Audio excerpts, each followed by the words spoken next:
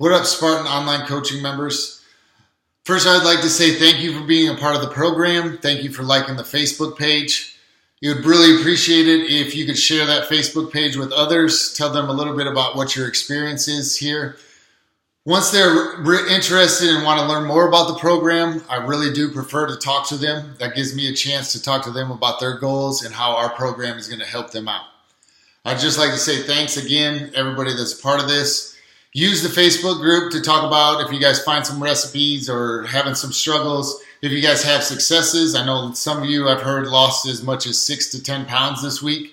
Post that on there. We're all on the same group. A lot of us have the exact same goals. We also have a lot of the same struggles. Use that Facebook member page to talk about some of those types of things. Lastly, thank you everybody that filled out the survey. It really helps me to take a look at where we got to go as far as from coaching style, how I can help out a majority of clients, and things that you guys are having troubles with and what you need help with. So we're going to talk about nutrition today. After using those surveys, what I found out is a majority of you, if not all of you, want to know simple things, simple tweaks to make your nutrition better.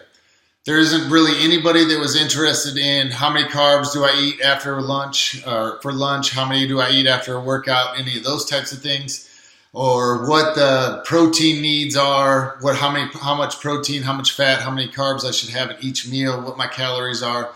That wasn't really the consensus. The consensus coming back was we want lifestyle changes. We want just lifestyle coaching on how to make the right decisions when our life puts us in the wrong position to make those decisions. What do we need to be looking for as far as eat this, not that? That's what we're going to go over today. I have about 5 topics. We're not going to go over all of them today. We're only going to go over one of them. The other 4 topics are going to come in later videos as we keep moving along. I hope everybody enjoys these videos. If you guys have any comments, please feel free to get back to me. This is going to be posted in the member page. Also, you'll see the same post in the True Coach app. Not everybody uses Facebook, so I want to make sure that everybody gets it. So I apologize for those of you that do see it both places. Please do try to keep up on your True Coach app, though. It's good for me to see the weights that you're doing in your workouts to make sure you're progressing. I think you can also use it to tell me what's going on in your workouts. This morning I broke down a couple of Olympic weightlifting videos. I think you can also use it if you're having injuries. If you have a shoulder issue that's bothering you, lower back, any of those types of things. Send me a video, tell me what's going on, show me some of the movements that are bothering you, how you did it, and let's design your program is designed for you. So let's design recovery, but keep you moving, okay? An injury shouldn't be a reason that we don't work out and we don't keep moving towards our goals. So use that True Coach app to its fullest abilities. If you have troubles with it, please let me know, and we'll try to work around some of those difficulties and some of those issues that we're having, and we'll get that figured out. So let's get on to what we're talking about today. Nutrition. We're going to talk about food choices, okay? So food choices, it comes down to one simple rule to start. Okay, rule number 1 is natural food versus processed food. Get as close to the natural source of that food as you can, and the ingredients being as close to that natural source as you can, and you're going to be on the right track. Okay, so deli meat, simple. Let's start with deli meat. Even in deli meat, they all process to a certain extent. But if I buy pre-packaged, pre-sliced deli meat that sits on the shelves for multiple days, maybe even weeks at a time, and I compare that to deli meat that I find at the deli counter that they're slicing each day. Okay?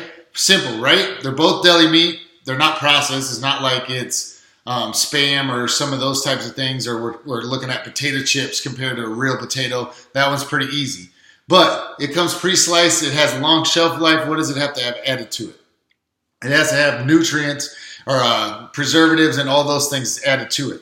That's going to affect your hormone level. Even if it doesn't affect your calories and all those types of things, it's going to affect your hormone level and how your body processes food. We'll talk about that in a later video. Compared to, hey, sir, can I get a half a pound of sliced turkey? Okay, a lot less processing.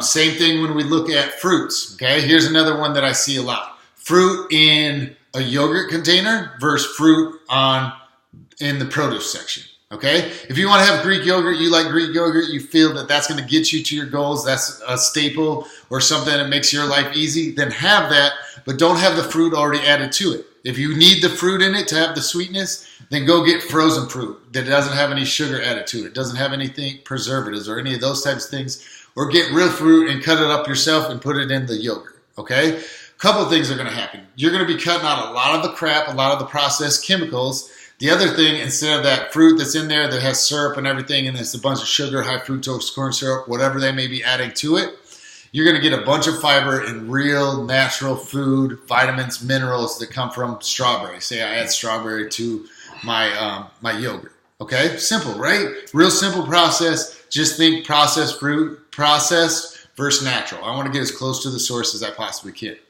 Now let's look at another one that's a little bit more difficult. Bread and carbohydrates. So in my diet, my breads are brioche buns on burgers, okay? Brioche buns on brats, and then I have bread in the morning, but my bread in the morning is either pumpkin bread, rhubarb bread, or it is leftover cornbread. If you've had Angie's cornbread, you know what I'm talking about. But in all three of those instances, yes, there's processing to it.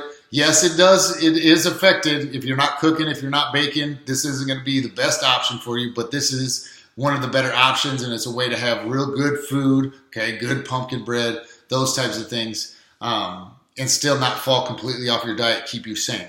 Anyhow, if I take that and it's made homemade, and I know Angie might put all those ingredients together, okay, we got control of that process. It is processed, but we have control of that process. As opposed to, I buy banana bread off the shelf that's sealed in a packaged container. Okay, that is maybe a name brand, whatever the case may be. Okay, got two different options, right? You don't have any control over this one over here that's been prepackaged and has been shipped from wherever it's been shipped to, versus the ones that you made yourself and you have control of it. Not only when you eat it, again, we'll talk about food timing in a later video, but the ingredients that are put in it. Now, Nick, I don't cook, I don't bake, I don't have that time. Okay, cool. You don't have that time. Completely understand. I don't have time to make brioche buns, and I don't know how to do it, and I'm not going to ask Angie's to do that. So brioche buns made by the Hy-Vee Bakery right there in your store, okay, closer to the source, at least we hope so. At least they're controlling it a little bit more than if we're buying, I can't even think of a bread company, a packaged one, right? The commercial bread company that came from a factory, okay? So you see, less processed, or that process is controlled. You're at least closer to the source of it, right? It was made in your own grocery store, less preservatives. It's probably not going to have as long a shelf life for that, which is a good thing. But I'm not making my own buns. I still want to have burgers. I want to have those types of things. So that's more natural, less processed. I get closer to the source, even if that source is just being able to see the bakers that are making it and know that it's made in my store. Okay, processed versus natural.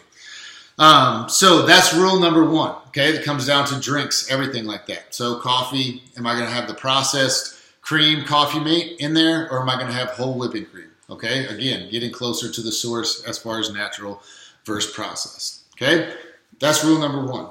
Rule number two, yes, you have to eat vegetables, okay? You have to eat vegetables. They're going to keep you feeling full. Most of you out there have weight loss goals, have goals in which you want to reduce body fat, whatever the case may be. You need the veggies to do that, okay? It's going to allow you to cut your carbohydrates way back. It's going to allow you to feel full throughout the day. We're going to talk about some meal planning and how we do that and where those vegetables fit in, especially with most of you working out in the morning in a later video. But today we're just going to talk about, yes, we have to get those vegetables in. You have to start eating salads. You have to start eating salads where you can't hold up the lettuce and look right through it, okay? It's got to be green. It's got to be dark green. You got to have all those vitamins and all those minerals that come from those dark leafy greens that you can make a salad with. I like to do spinach. I love the taste of the spinach and the iron, but you can also take a spring mix, okay, that's a little bit lighter, but not quite as light as the iceberg lettuce, and kind of mix it together to even it out for you a little bit. I find vegetables that have flavor to them. Radishes, bite it, has a little bit of a spice. Green onion, again, has a little bit of a spice, has a little bit of a flavor. Other things, not spaghetti squash, summer squash, but spaghetti squash is a great option for veggies. We're not talking about that right now. Other things that you can throw on that salad. Tomatoes are great options. Mushrooms, any of that type of stuff. Those are how you're going to get your vegetables. You got to start to learn to eat those. Now, the great thing about salad and vegetables is they carry salad dressing, okay? So you got to try to find a salad dressing that you like and shake it and mix it up with that salad.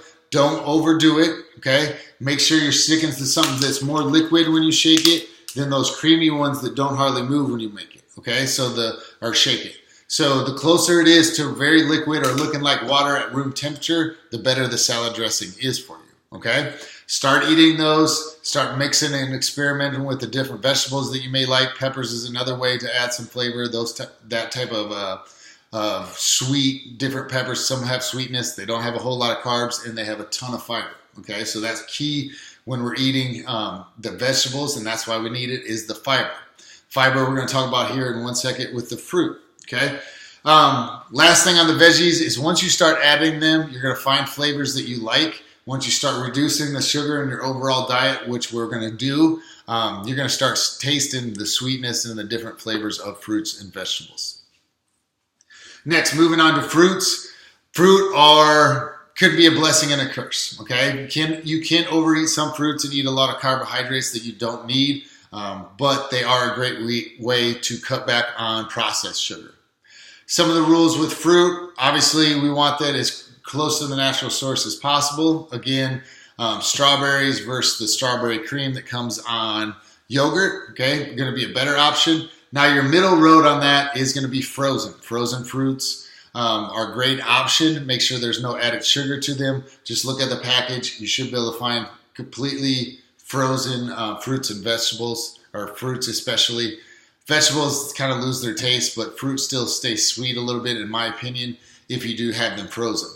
Those are great options to add to your smoothies, add to meals. You can add strawberries to your salad to give it a little bit of a sweetness during the middle of the day. Some people will add tangerines, those types of things to the salad to add some flavor. But what I want to talk about on the fruit is reducing the sugar. So a lot of us have a sweet tooth. We may grab some candy or something else, soda. When you have those urges for that sweetness, try to find a fruit that you want to reach for. Now, when we're picking fruits, we want to find them that have the most skin and the most fiber.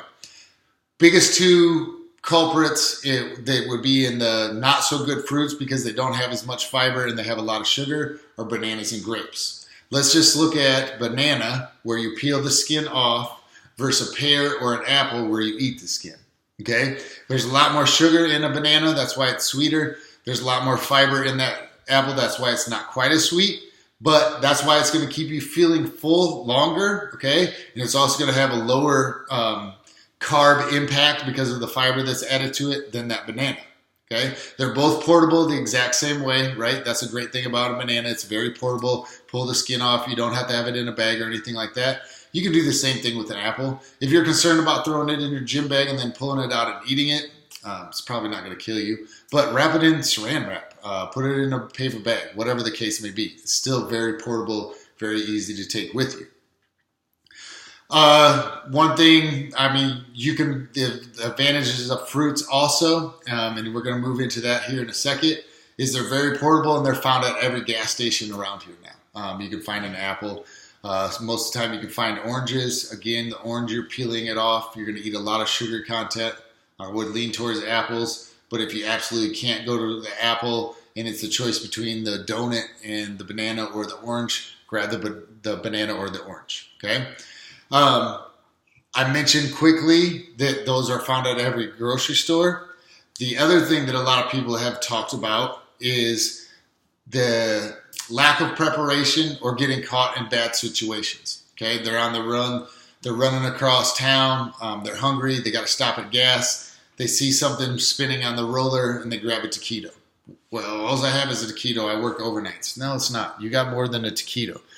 In any gas station, you can find the Survival Pack number 1. Okay, Survival Pack number 1 is beef jerky. Beef jerky that has low in fat, has more protein than it does fat in it, and doesn't have any added sugar. Survival Kit number 2 mixed nuts or nuts that aren't honey roasted, that don't have a bunch of flavoring on them. Just look at the back, count the carbohydrates, not the sugars, the carbohydrates. It's all the same thing. Carbs are sugars, exactly the same thing.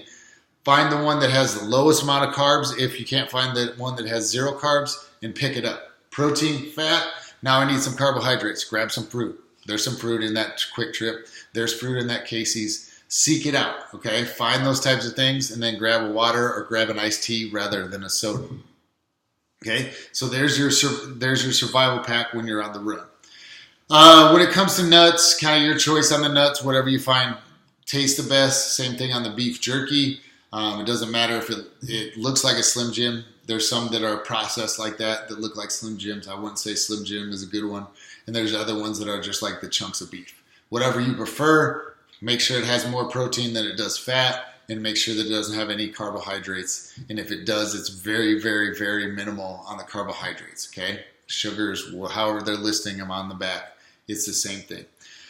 So fruit, nuts, jerky. You should have that with you at all times. You can leave all those things in your car. You maybe not want to leave a piece of fruit in there for day over day when it's really hot. But for the most part, it's going to be fine throughout the day. If it's one day, it's going to be fine if it's in your purse or in your workout bag or in your work bag. Wherever it may be, it's going to be good. Okay, you're going to have the opportunity to make a good choice because you have that good choice right along with you. So those are the survival packs. Soda. If you're having troubles with soda, we got to try to get that caffeine that we like and reduce the sugar. Okay, so one thing would be tea. Okay, moving to tea, moving away from the carbonation will help. It's going to be beneficial as far as your performance in the gym, not having that much carbonation. And if you had to start with going to a tea rather than a coffee, coffee may be a better choice. It kind of suppresses the appetite a little bit. And we had to add a little bit of sweetener at the beginning. That's great. What you could do is try to add some real fruit. So have a glass of tea with some frozen fruit in it. Maybe that gives you a little bit of flavor. Some of you do have some issues with the soda. We're going to have to find some strategies that work specifically for you. That's real quick on the soda. What I want to just put out there is let's try to use tea as a couple of options, to be better than grabbing that soda. Last thing on the survival kits, a lot of people ask me about protein. How much protein should I be having each day? Not on the survival kits. I have it listed here wrong. Is protein. How much protein should I eat each day? Guys, you should be eating at least 1 gram of protein for every gram of lean mass that you have. Okay? If you need help kind of figuring out what that number is, I would assume most of us are going to be somewhere between 190 to 220, maybe 230 as far as grams of protein a day. Ladies, you want to be eating about 75%.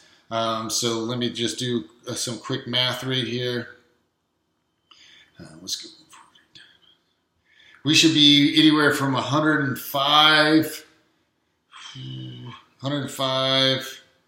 to 131 grams of protein a day.